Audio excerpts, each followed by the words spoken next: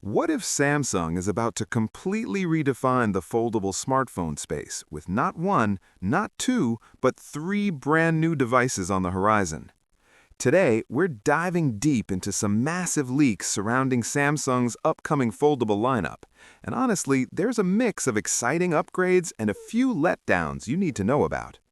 We're talking about the all-new Wide Fold, a completely different kind of foldable that Samsung has never attempted before. On top of that, we've got fresh leaks about the Z Fold 8 and Z Flip 8 that might either get you hyped or leave you a bit confused. Stick around because some of these battery details will genuinely surprise you, and I'll break down exactly what all of this means for real-world daily usage. Let's kick things off with the biggest headline here, the Samsung Galaxy Wide Fold. This isn't just another upgrade to the Fold series we're already familiar with.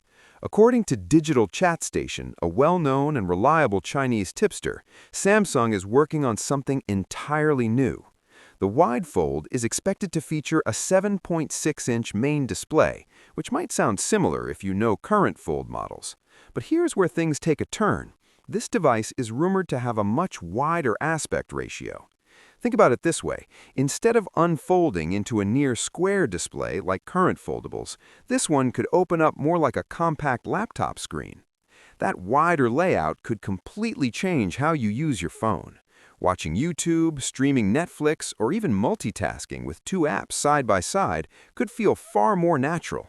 Current foldable phones are powerful, no doubt, but they can feel slightly cramped when multitasking. The Wide Fold might finally fix that issue and deliver a truly immersive productivity experience. Now let's talk about performance, because this is where things start to get really interesting. Both the Z Fold 8 and the new Wide Fold are expected to be powered by the Snapdragon 8 Elite Gen 5 chipset. This is Qualcomm's next-generation flagship processor, and it's expected to deliver top-tier performance. What does that mean for you? These phones will likely be among the fastest Android devices available. Whether you're gaming, editing videos, or running multiple apps at once, performance should be smooth and effortless.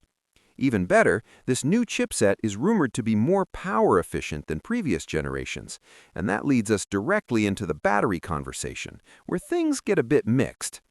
The Wide Fold is expected to pack a dual-cell battery setup with a typical capacity of around 4,800 mAh. The rated capacity is said to be 4,660 mAh, split into two cells, one at 2,267 mAh and the other at 2,393 mAh. Now, 4,800 mAh might not sound groundbreaking compared to standard smartphones pushing 5,000 mAh or more, but remember, this is a foldable device powering two displays. For comparison, the current Z Fold 5 comes with a 4,400 mAh battery, so this is about a 400 mAh increase. It's progress, but let's be honest, it's not the massive leap many users were hoping for.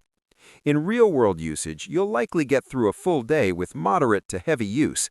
However, power users may still find themselves reaching for the charger before the day ends. Charging, on the other hand, looks more promising. Both the Z Fold 8 and the Wide Fold are expected to support 45-watt fast charging. That means you could go from 0 to around 70% in roughly 45 minutes.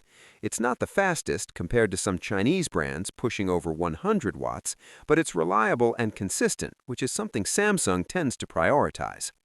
Now shifting focus to the standard Z Fold 8, it's not just about performance and charging. One of the standout rumored features is satellite communication. This is actually a big deal. With satellite connectivity, you can send emergency messages or share your location even when there's no cellular signal. Whether you're traveling to remote areas or dealing with emergencies, this feature could literally save lives. Apple has already introduced similar functionality in recent iPhones, so it makes sense for Samsung to follow suit. The Z Flip 8, however, is taking a slightly different direction, and this is where some disappointment might come in. Instead of using a Snapdragon processor, it's expected to feature Samsung's own Exynos 2600 chip. Samsung has used this strategy before, splitting processors by region. The issue is that Exynos chips have historically lagged behind Snapdragon in both performance and efficiency. We'll have to wait for real-world tests to know how good the Exynos 2600 actually is, but many users still prefer Snapdragon for a reason. On top of that, the Z Flip 8 is rumored to support only 25-watt charging, compared to 45-watt on the Fold models. For a smaller phone, this might not be a deal-breaker, but it clearly shows Samsung is creating tiers within their foldable lineup. If you step back and look at the bigger picture, Samsung is essentially building three distinct categories. The Z Flip series focuses on style and portability, perfect for users who want a compact phone. The Z Fold series targets power users who need a phone that doubles as a productivity tool. And now, the Wide Fold is aimed at users who want maximum screen space in a foldable design. This strategy actually makes a lot of sense. Different users have different needs, and Samsung is trying to cover all segments. Timing is also key here, because 2026 is expected to be a massive year for foldables. Apple is rumored to finally launch its first foldable iPhone, which could shake up the entire market. Meanwhile, Chinese brands are rapidly advancing foldable technology. Samsung clearly doesn't want to fall behind, and launching multiple foldable options could be their smartest move yet. Even more impressive is that despite bigger batteries and added features, these new devices are expected to be thinner and lighter than previous models. That's something Samsung has been refining for years, making foldables more practical for everyday use. Another important factor is display technology. Samsung manufactures foldable displays not just for itself, but for other brands as well, including Apple. That puts them in a unique position. They're competing with rivals while also supplying them with key components. This gives Samsung a major advantage, as they can use the best display tech in their own devices first. Now let's briefly talk about pricing. While nothing is confirmed yet, current Fold devices already start at around $1,800. Introducing a wide fold means Samsung will need to be strategic, price it too